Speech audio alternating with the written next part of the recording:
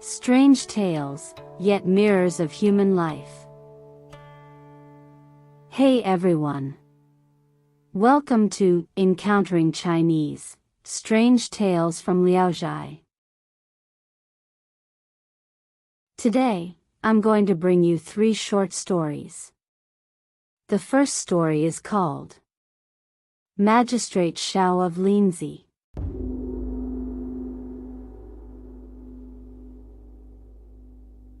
In the city of Linzi, there lived an old gentleman whose daughter was married to a scholar named Liao, a student at the Imperial Academy. Before the marriage, a fortune-teller had once read the young woman's birth chart and boldly declared, "This girl is destined to face punishment from the authorities." The old man was so furious, he nearly rolled his eyes out of his head. But then he laughed and said, "What utter nonsense! A girl from a respectable family like ours, dragged into court? And with a husband who's a certified scholar? You think he couldn't protect his own wife?" But as fate would have it, soon after the wedding, the daughter's temper turned sharp and unruly. She shouted at Liao, cursed at him, even hit him, and not just once. It became a regular occurrence. One day, after yet another violent outburst, Liao finally snapped. He filed an official complaint with the county office.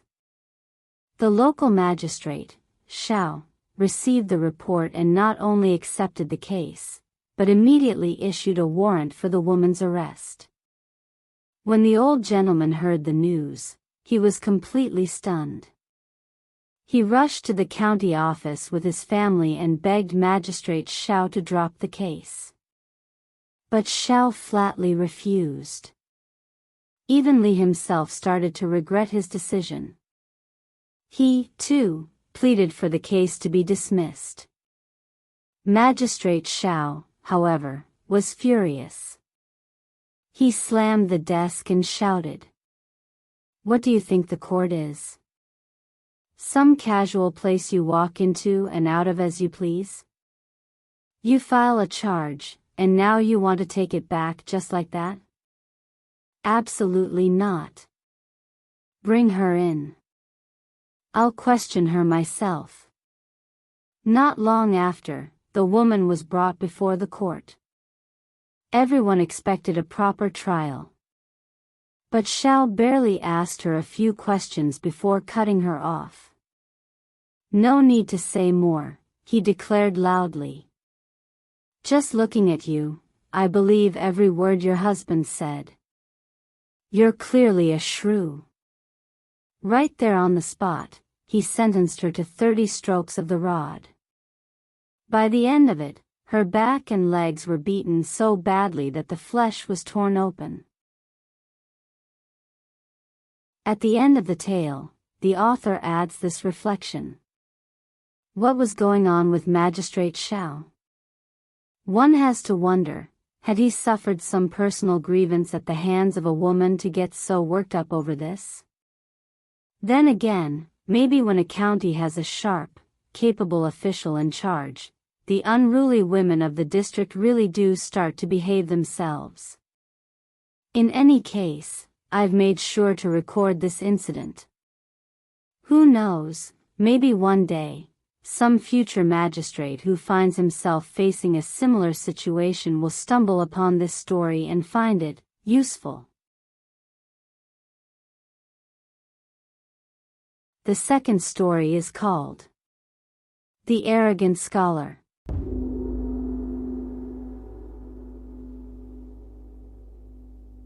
Lu Shuesher once told me a curious tale.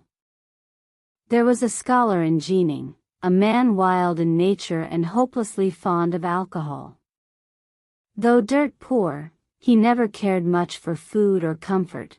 Just give him a few coins, and he'd be off buying wine, broke again by sundown. At that time, a newly appointed prefect took office in the region. The prefect also happened to be a heavy drinker, but he had a problem. He could never find anyone who could really keep up with him. Then he heard about this scholar with a legendary tolerance for booze, and immediately invited him over to drink together. The two hit it off at once. They drank, laughed, and talked for hours, and the prefect took a real liking to the scholar. From then on, he often invited him over for drinks and conversation. But it wasn't long before the scholar started getting a little too comfortable with their friendship. Soon, he was sticking his nose into all sorts of minor disputes and legal cases, offering to plead with the prefect on people's behalf, and pocketing a few small, thank you, gifts along the way. The prefect, out of goodwill, went along with it at first, granting the scholar's requests time and again. Eventually, though, it started to grate on him. The scholar was getting bold. Too bold. One day, the scholar marched into court again, petition in hand, expecting the usual outcome. The prefect read the letter and let out a faint smile. But the scholar took that smile the wrong way. His voice shot up several decibels. What's that supposed to mean? If you're going to approve it, approve it. If not, just say so. What's the smirk for? We scholars have our pride, you know. A man of honor would rather die than be humiliated. Now, I may not be able to outmatch you in other ways, but if it's a smile we're talking about, I can give one right back. And with that, he burst into loud, mocking laughter that echoed through the court. The prefect's face darkened. You dare speak to me like that, he said coldly. Ever hear the story of that prefect who wiped out an entire household? The scholar just waved his hand and strode away, saying loudly over his shoulder, Good luck with that. I have no household to wipe out. Furious, the prefect ordered his arrest and sent officials to search his home. Turned out, the scholar wasn't bluffing. He had no property, no farmland. He and his wife lived in a makeshift hut right up against the city wall. Not even a real roof over their heads. Hearing this, the prefect's anger gave way to pity. He released the scholar, but issued one order. He is no longer allowed to live by the city wall. Now completely homeless, the scholar might have been doomed, if not for the kindness of his friends. They pooled their money, bought him a small patch of land and a tiny house to live in.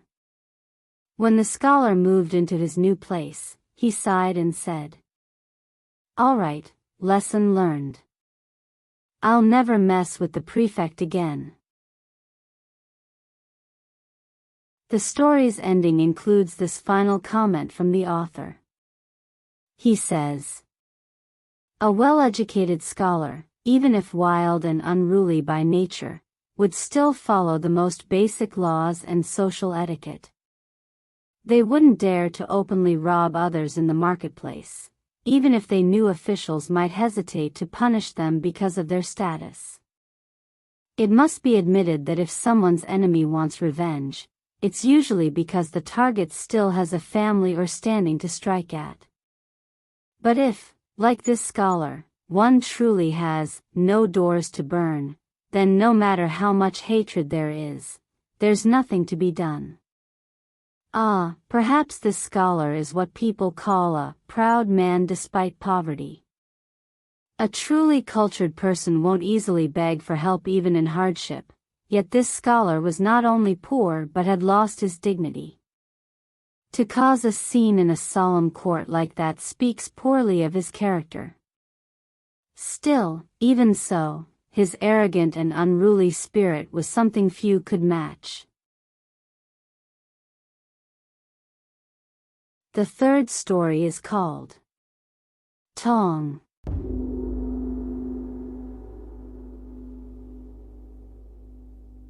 There was a scholar named Tong from Shuzhou who was really into swordsmanship. He had quite the ego and thought very highly of himself. One day, while traveling, Tong met a man riding a donkey, and since they were going the same way, they decided to travel together. After chatting for a bit, Tong noticed the man had a confident and easygoing manner. Curious, Tong asked, "So, what's your name?" The man replied, "I'm Tong, from Liao." Tong asked again, "And where are you headed?" Tong said, "I've been away from home for 20 years, just got back from overseas."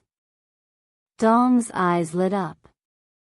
"Wow, you must have met a lot of interesting people along the way. Anyone stand out? Anyone unusual?" Tong smiled faintly. "What do you mean by unusual?" Tong got excited. "I've loved swordsmanship since I was a kid, but never found a proper master to teach me. I'm really hoping to meet some exceptional expert." Tong thought for a moment and said, "There are unusual people everywhere.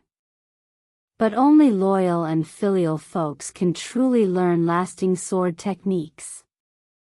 Tong puffed up his chest. "Well, that's me, I'm loyal and filial." Without hesitation, he drew his sword from his waist, flicked his wrist, and sliced through a small tree beside the road to show off how sharp his blade was. Tong stroked his beard, smiled, and motioned for Tong to hand over the sword. Tong did so eagerly.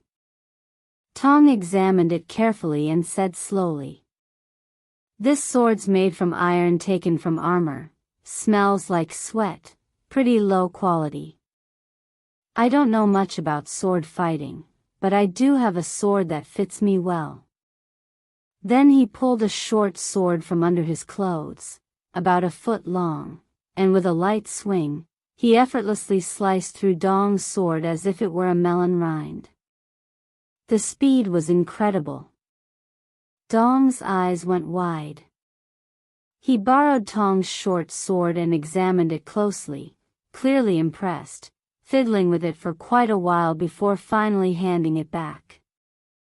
Grinning, Tong invited Tong to stay at his home for a couple of nights, and Tong accepted the hospitality. During the stay, Tong asked Tong to teach him swordsmanship, but Tong just shook his head. Instead, he quietly listened to Tong's chatter without saying much. That night, Tong suddenly heard a commotion coming from the neighboring courtyard, where his father lived. Uneasy, he pressed against the wall and listened closely.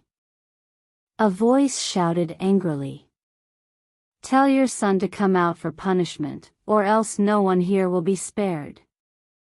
Then came the rattling of chains and pained groans. He recognized the voice of his father moaning in pain.